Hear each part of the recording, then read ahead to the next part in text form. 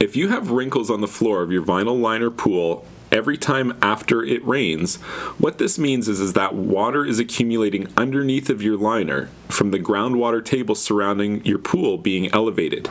Now, this wouldn't necessarily be a problem for the pool were it not for the fact that the liner ends up wrinkled.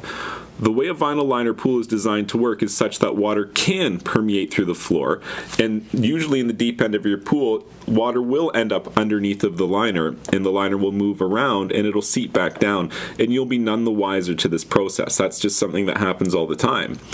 But when it rains a lot, or if you have a pool built such that it doesn't really handle a lot of groundwater from snow melting or heavy rains, what can happen is that water table surrounding your pool becomes too high.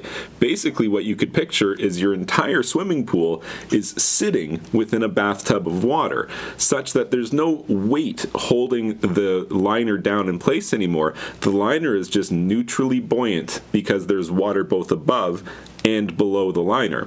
With the liner being neutrally buoyant, eventually the water table recedes and the liner sits back down with the weight of the water in the pool pushing down on it, but perhaps it folded over itself in the process, and that's how you can end up with wrinkles in the floor of your pool every time after it rains. If you found this information helpful, be sure to like this video and subscribe to my YouTube channel, and you can check out my website, swimmingpoolsteve.com.